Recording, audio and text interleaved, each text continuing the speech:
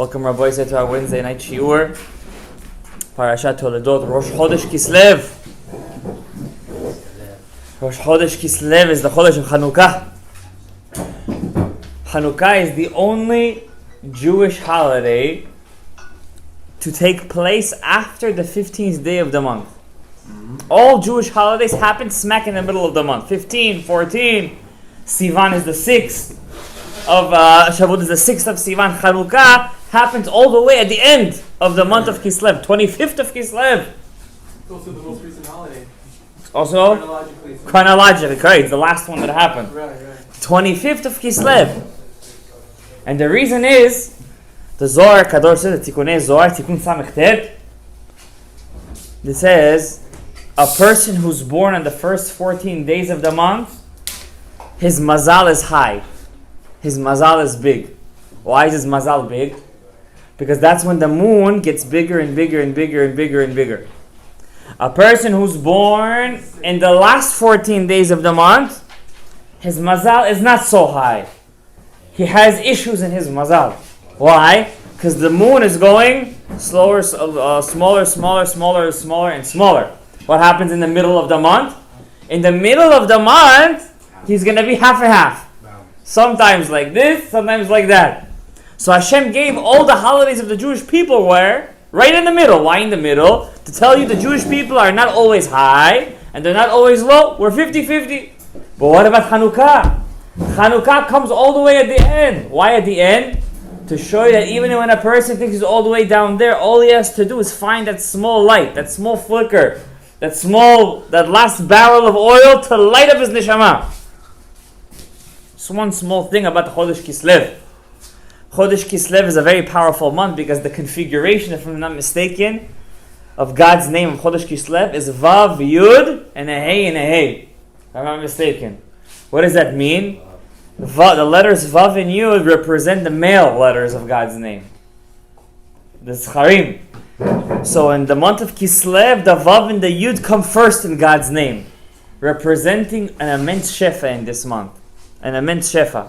It's also a very, very Chanukah, the month of Kislev, is a very beloved month by Hasidim. Very, very, it's the cold month. It's where you think you cannot find Hashem, and deep inside this month, that's where you can find Hashem the most. Okay, just one thing, Inyanei Yoma. Today's Rosh Chodesh. It's also a special day within itself. In the Kabbalistic vernacular, today we're fixing the Keter of the month, the crown of the month. It's a very high level month, very high level day of the month. So it's a very big day to ask for your wishes. Now the topic of our shiur is the 7 people that are excommunicated in heaven. What does that mean, 7 people that are excommunicated in heaven? If a person, the Gemara says, there was a story once with Rabbi Yehuda Nasi. He was a very big Rav. He was a writer of the Mishnayot. We know Rabbi Yehuda Nasi, he went against the Torah. And he wrote the oral Torah down in a book called, as we know today, Mishnayot. And they asked him, how could you do such a thing? Devarim sheba'al peh asurin lavo bichtav. Stuff that are supposed to be said orally, you're not allowed to write them down. So he said, Et la'asot ladonai yaferu toratecha. Sometimes God wants you to go against this Torah, so therefore in the future they will keep the Torah. And if it wasn't for Rabbi Yehuda Nasi, we would never have this whole library today. Everything is based off what? The Mishnayot. Rabbi Yehuda Nasi had a student called Rabbi Chia. Rabbi Chia, the Gemara says, Gedolim ma'aseh Chia. Great are the actions of Rabbi Chia. Why? Who was Rabbi Chia? Rabbi Chia was a Bavli. A Bavli, he was an Iraqi. He came to Israel to learn Torah. What he would do?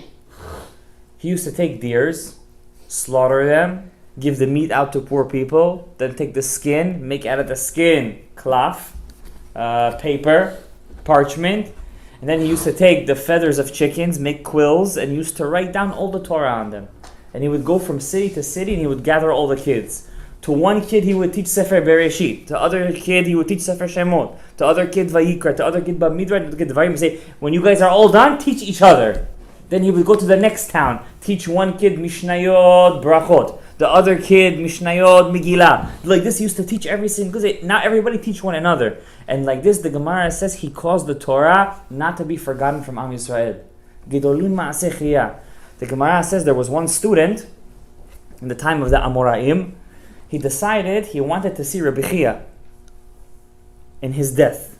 The Gemara says that when a person passes away, every day, if he's a tzaddik of course, he gets invited to one metifta, one yeshiva in Shamayim, to the one his soul is connected to. If you're connected to Rabbi Akiva, then you're a Rabbi Akiva student. If you're connected to Ari Kadosh, you go to the Arizi Academy. If you're connected to Rabbi Yehuda Nasi, you go to his academy.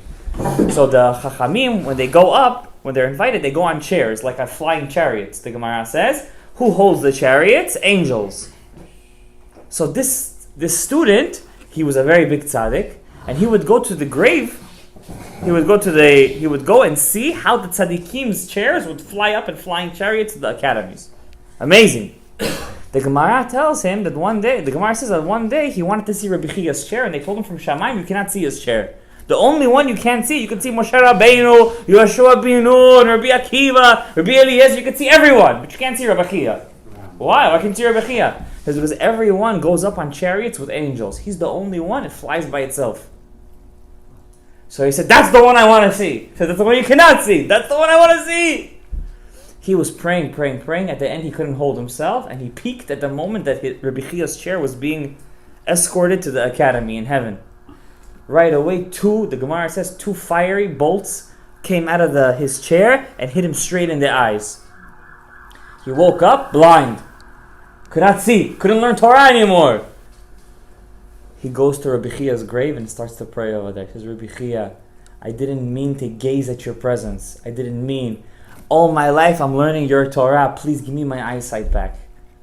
And the next day his eyesight came back, but not fully. This is very similar to the story with Rav Ovadia Yosef.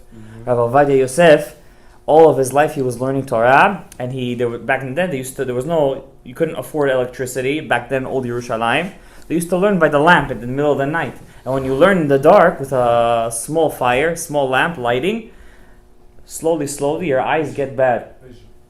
And he started to see in his 30s, 40s, he started to see black spots in his eyes. Rav Ovadia Yosef, that's out. And his eyesight was getting worse.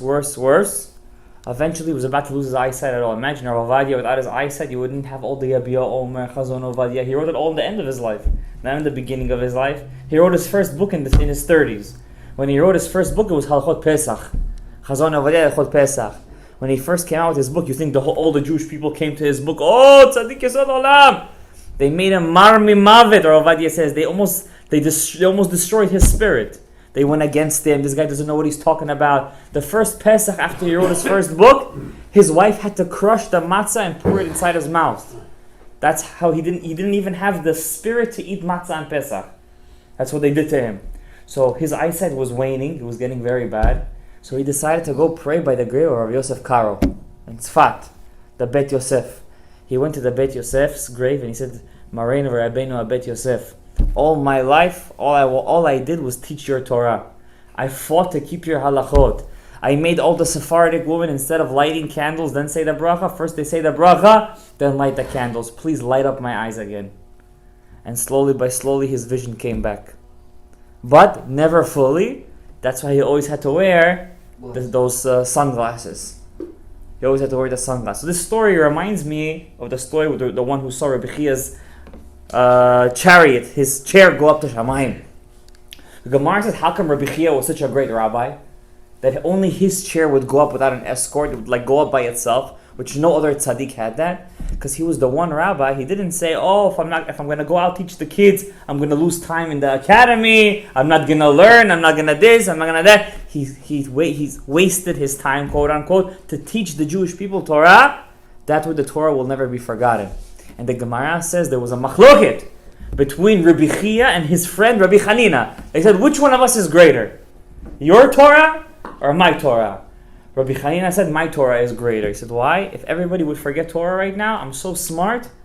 Just by learning the written Torah, I could bring all the oral Torah back. That's how smart I am. Rabbi Chia said, yeah, you're very smart, but I caused the Torah to never be forgotten. And the Gemara says, who's greater? The one who's very smart, who could bring the whole Torah back, or the one who caused the Torah never to be forgotten in the first place? Gedolim Maaseh Chia. Great are the words of Rabbi Chia. So the Gemara says a story. This great student, Rabbi Chia, he was sitting in the academy, of Rabbi Yehuda Nasi. The Gemara says Rabbi Yehuda Nasi was such a great Rav that when he passed away, even the Kohanim were allowed to touch his dead body. They were even allowed to be in his vicinity of his dead body. Kohanim can't go to Levaya, to the Beit Kvarot, but to him, there was like no Kuhuna that day. And the voice came out of heaven, says the Gemara Masechet Ketuvot, and it says, whoever came to the Levaya of Rebbe, Mizuman lechaye olam haba. He's automatically invited to olam haba. Just by coming to his Levaya. And the Gemara says, invites the highest level, by the way. There is Kol Yisrael yesh lahem chelek leolam haba. All the Jews have a portion to the world to come. There's Kol Yisrael muftach lo shu ben olam haba. You're promised olam haba. Then there is Mizuman lechaye. You're invited. You have a VIP. That's the highest level. So whoever came to the Ashkafteta Rebbe, Mizuman lechaye olam haba. Could you imagine even Kohanim were able to go to his Levaya? Kohanim. The Gemara says it was Shabbat that day. It was Friday. And they couldn't go home and prepare their food. Hashem made a miracle that the sun didn't set for another couple of hours, so everybody could have come home, cook for Shabbat, and then the sun set. On the day that Rebbe passed away. Such a tzaddik he was. There was one launderer, guy who used to do Rebbe's laundry. He couldn't make it that day. He overslept. When he heard the voice come out of heaven, whoever came to the Levaya, and he wasn't there, from his anguish, he jumped off the roof and he killed himself. And the voice came out again and said, also the guy, the launderer, the koves, he's also mizuman lechayim. How he killed himself? Well, he killed himself out of anguish that he wanted to be so connected to his Rebbe. Such a tzaddik he was. Amazing, unbelievable. Who was Rabbi Yehuda Nasi? The Gemara says that Rabbi Yehuda Nasi was sitting one day learning Torah, teaching Torah, and he had all of his students over there. And one of his students was Rabbi Ishmael ben Rabbi Yossi. Very big rabbi. They would respect each other a lot. He was almost not even his student, Rabbi Ishmael. And next to Rabbi Ishmael was sitting Rabbi Chia. And he had not one, not two students. He had a couple of dozen students. And Rebbe was a very, very, sensitive person. And he especially hated bad smell. When a person had a bad smell, he couldn't handle it. Especially if a person ate garlic. If a person would eat garlic, he would go to the other side of the room. So one day, one of the students comes in and he forgot. Why? Garlic is good in the winter. It keeps your body naturally warm. Garlic and? Ginger. Come on, this is your saying. Two things that keep a person naturally healthy. Garlic and ginger. So this student ate the garlic and he forgot that Rebbe is very sensitive. Just to let you know how sensitive he was, because the Torah makes a person very weak. How sensitive he was. One time Rebbe had a problem with his body, and he needed a certain medicine. So there was a doctor called Shmuel, who was also a very big rabbi. He told Rebbe, I'm going to make the medicine into a cream. Rebbe said, I'm so sensitive, you can't even rub the cream on my body. He said, I'm going to put it under your pillow. He said, I'm still too sensitive. He had to put it like under 7 pillows, if I'm not mistaken, and make it in the way that it would melt and the hevel, the scent, would go and inside his body. That's how sensitive person he was. He was a very sickly person. All of his life, he suffered from stomach problems. All of his life. The Gemara says, whoever suffers from stomach problems, it's a sign that he's a tzaddik. Tzaddikim suffer from their stomach. The Gemara says like this. The Gemara says in Masechet Nedarim, that Daf Nun Aleph 50-51, that Rebbe would never laugh. If somebody would make him laugh that day, God forbid, something bad would happen to the Jews. By him never being happy, he caused the Jewish people in his time, number one, women would never have a miscarriage. They never needed to pray for rain. It's not like today in Israel, when they need water, they go to Jordan, to Turkey, and they get water and stuff like that. Back then, you needed rain. The Gemara says when it used to rain in Rebbe's time, one time it would rain, the ground would be so wet, it would be soaked with water for the next 3 months. Soaked wet with water, with so much bracha. So one day Rebbe's sitting in the class, and one person comes inside, and he ate garlic. Oy vavoy, Rebbe said, whoever ate the garlic, get out. Right away, Rebbe Chia, it wasn't him. Rebbe Chia gets up, he didn't want to embarrass the other guy, he wanted to take the embarrassment on himself. He gets up, and he leaves. But the smell's still there. But the smell is still there. No. He gets up and he leaves. Right away, all the students see that the greatest student leaves. They all get up, And they leave. And Rebbe feels very bad right now. Why? One of the worst feelings is when the Rebbe hears from his student that his shiurim is not good. Or when nobody shows up to the shiur, it's one of the worst feelings for a Rebbe. It is. It's a very bad feeling. Sometimes, I used to be a Rebbe, so sometimes, we have classes to teach. And sometimes the kids, they get sick of one Rebbe's way of teaching, so they're like, we don't want to be in your class today.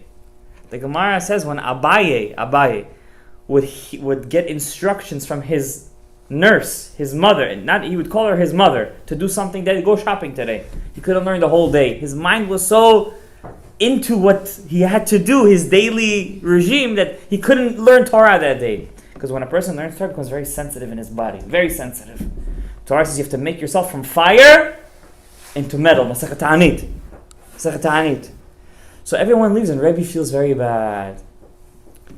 Long story short, he finds out that Rabbi Chia was the one who orchestrated this whole thing. And he tells Rabbi Chia, Puktane lebara. What's Puktane lebara? Sounds cool. It basically means, go see what's going on outside. Rabbi Chia opens the door, he sees there's nothing there, and he understood he was excommunicated. The Gemara says he was binidui.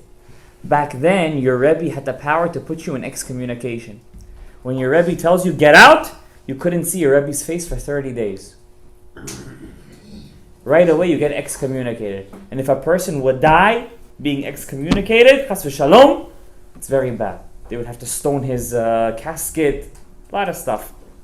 Many tzaddikim, they were afraid that in their lifetime they did averot that made them excommunicated, so they would be buried with stones on their casket.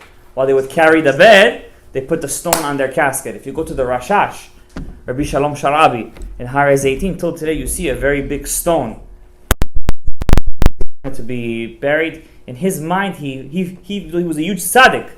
He felt that he wasn't righteous enough and he was excommunicated to Shamayim.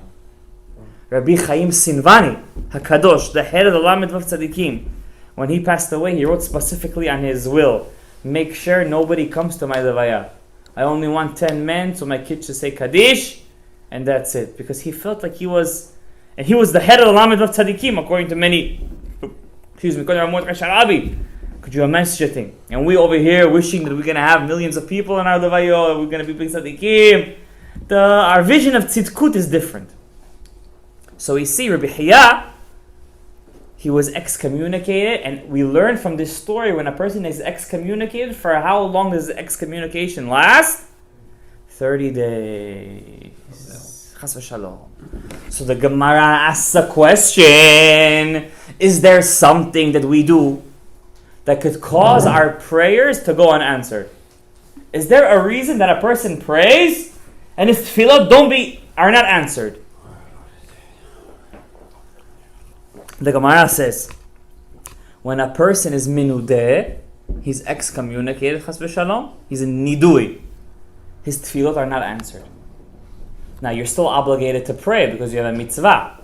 You have to serve Hashem. And the Rambam says, how do you serve Hashem? By praying. But that doesn't mean your prayers will be answered. Why? When a person is excommunicated, just like Rebbe told Rebbe Chia, Puk, get out. Taneh lebara, learn outside the room. Learn outside the building. Don't take your Torah inside here. Learn it outside. First be a Odam. Have derech eretz. Then come back in here. Even though Rebbe Chia did not to embarrass his friend. His Puk taneh lebara. The Gemara says, Shiv'a minudin lashamayim. There are 7 men, these people that do these 7 sins, they're automatically excommunicated for that day. For that day, they're excommunicated. What are they? First one, Yehudi she'en lo isha. A Jewish man that does not want to get married. A Jewish man that does not have a wife, he's excommunicated to Shamayim. Now, what does that mean? He doesn't have a wife. That he's trying to find a wife and he cannot get it? Or that he could get it and he doesn't want it? He chooses not to. A man who chooses not to get married, to live a single life, a life without achrayut. Achrayut is, how do you say it? Responsibility. Responsibility. This kind of person is minudeh lashamayim. That means all of his tefillot that day, satam tefillati. His tefillot are closed, sealed. They don't go up to Shamayim. They're stuck in midair. Number 2, sheyesh lo isha ve'en lo banim. A person is married, but he doesn't want to have kids. A person who's married and he does not want to have kids, he's minudeh l'shamayim. This includes people who don't get a heter from a rabbi before they use birth control. Why? The Gemara said, the Shulchan Aruch says, Even HaEzer Siman Aleph, a person is obligated to have kids his whole life. He's obligated to have kids one after the other. You're supposed to procreate. Lo leto bera'a l'shevet yitzara. God created you to have children. And who's the obligation on? The man or the woman? You. On the man. Why? It says v'kivshuha. What is v'kivshuha?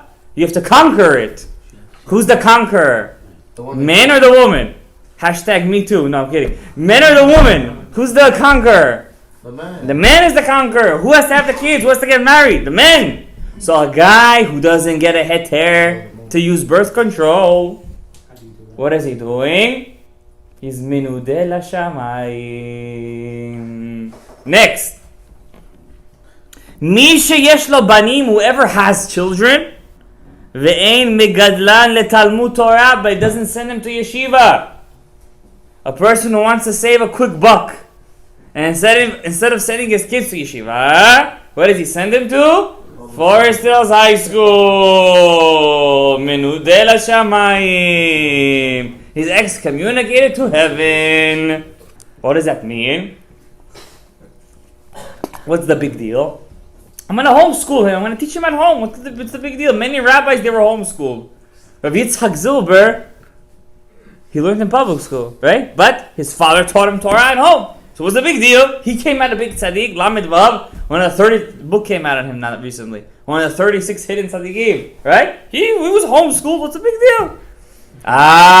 When a person doesn't send his kids to yeshiva, what is he saying, Gabriel? He's saying, I don't believe what the Gemara says in Masechet Betzah. What does the Gemara say in Masechet Betzah? All of your money is decided on Rosh Hashanah. What's not included? What's for free? God gives you a freebie. Your son's tuition to learn Torah and the Shabbat and Yom Tov food. So if a person's getting food stamps, don't use it for Shabbat and Yom Tov. Don't? Why? Because the money that you use for Shabbat and Yom Tov is not included in the Parnassah that Hashem gave you in Rosh Hashanah.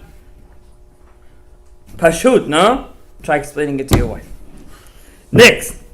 Here is the next one. Mi she'en lo tefillin. Whoever does not have tefillin berosho on his head, utfillin bizro'o, and tefillin on his hands. Any person, what does that mean? Mi she'en lo tefillin. That means he didn't wear tefillin or he doesn't own tefillin. Whoever doesn't, he doesn't say mi she'lo lovesh tefillin. Whoever doesn't wear tefillin. He said whoever doesn't own tefillin. Person spends china. His house, he gets the most expensive china, most expensive table, they have this shoes, some kind of weird name. It starts with a Y. Maybe you guys can help me out here. Yeezys. I learned some words while I was in school. These pairs of shoes cost like $1,500. The kids. For a piece of rag. Take it to Israel. For a piece of rag. Piece of what? Piece of rag. Piece of rag. Why? Because there's a name on it. The name doesn't even make sense. What's a Yeezy? It's Yoshka. It's Yoshka. They're spending $1,500 for shoes that have the name of Yoshka on it. Now I feel like I did out there that I said that word even. I know the secret of this, man. Okay? And for tefillin, a person spends $800 on tefillin. Oh my God. Chas v'shalom. You know what tefillin is? Wearing tefillin is like dipping inside a mikveh while you're wearing tefillin. Back in the days, Jews never used to take off their tefillin. Rabbi Meir Balanez says even in the nighttime you're allowed to wear tefillin. We don't paskin like him. Once when I was in Uman, I saw a person wearing tefillin at night. I'm not sure he was in his right mind, but I did see that once in Uman. I think he was even praying shaharit. I think he was on like American time or something. It was really weird. But it was nice to see. Nice. Whoever doesn't own tefillin, what's tefillin, Rabotai? What's tefillin? Halacha Moshe Sinai. So many halachot of that. Tefillin is like sukkah. Also sukkah you have halacha Moshe Sinai. You don't own a pair of tefillin? $300, $400. I was telling this story to the kids in my class. There was this one guy who purchased the tefillin of the Gaon Vilna. After he passed away, they auctioned off his tefillin. The Vilna Gaon! A lot. A lot. And he was he was wearing the tefillin. Every time he would wear the tefillin, he would feel such a ilui neshama, Rabotai. He would feel his neshama going up to Shamayim. One day, Rabotai, you're not allowed to think of other things while you wear tefillin. You know that, right? One day, by mistake, somebody said, "How was business yesterday?" And he changed his thoughts for a second to think of something else. The next day he wore the tefillin, he felt nothing. He opened up the tefillin and the whole tefillin was blank. The letters evaporated. It was so kadosh, the tefillin. And I heard stories once of a Talmid Chacham, true story, Talmid Chacham, that he's very, very makpid not to think of anything else while he wears his tefillin. He's very makpid. Yes. One day, his friend didn't have tefillin, and he borrowed this Talmid Chacham's tefillin. He said, I felt something else while I was wearing your tefillin. I felt something else. He felt the true meaning of tefillin. Chas v'shalom, a person wears tefillin. How many halachot there is? A person could own tefillin, could wear tefillin, not be wearing tefillin. You wear tefillin, you have to use the bathroom. You wear tefillin in the wrong way. You wear tefillin without the right kavanah. Mitzvot tzerichot kavanah. Halacha psuka, maran. Mitzvot tzerichot kavanah. Before you wear tefillin, you have to have kavanah. What? Behold, I'm fulfilling a positive commandment in the Torah. To do what? To wear tefillin shel yad and tefillin shel rosh. You have to have that in mind. And a person wants to wear, it hurts me the most when a person, his parents bought him such an expensive pair of tefillin for his bar mitzvah, and instead of using his beautiful tefillin, what does he do? He uses the $300 tefillin of the shul, the $200 tefillin of the school. It's kasher, it's pasul, what's going on over there? He has no idea. I did my mitzvah. Such an expensive. You know what kills me the most? The kids leave their tefillin inside the school. Sunday comes, I forgot my tefillin. What do you think, this is a joke? Shiv'a minudin l'shamayim. One of them is a person who doesn't own tefillin. Whenever you see a guy who doesn't own tefillin, Rabotai, you have to go to him and read this Gemara. You're going to be making chozer b'tshuva. What's the next one? This is the scary one. Whoever doesn't have tzitzit bibigdo. Whoever doesn't wear tzitzit, he's minudeh l'shamayim. What does that mean, tzitzit? Even though you're not obligated to wear tzitzit, you still have to wear tzitzit. Because if you don't, you're minudeh l'shamayim. Did you know that? Why do you think tzitzit is the first mitzvah when a person becomes religious? He takes that upon himself. The tzitzit has the ability to make you keep, to change. It makes you keep 613 mitzvot every second. If you were a businessman, wouldn't that be a very good investment? It's a great. I like the way you said it's a great investment. Whoever doesn't wear tzitzit is minudeh l'shamayim. Minudeh l'shamayim. You want your tefillah? How come my tefillah are not accepted? You're minudeh l'shamayim. You don't want to be minudeh l'shamayim. What are you supposed to do? Tzitzit. And what do? Let's say you want to do teshuvah for all of you didn't wear tzitzit. Buy for somebody else a pair of tzitzit. Double. Don't wear 2 pairs of tzitzit. Buy somebody else a pair of tzitzit. I did that. Next one. Whoever doesn't have a mezuzah on his door. Whoever doesn't have a mezuzah on his door is minudeh l'shamayim. What does that mean? He doesn't have a mezuzah on his door. How many of our mezuzot were written by sofrim that weren't Yerei Shamayim?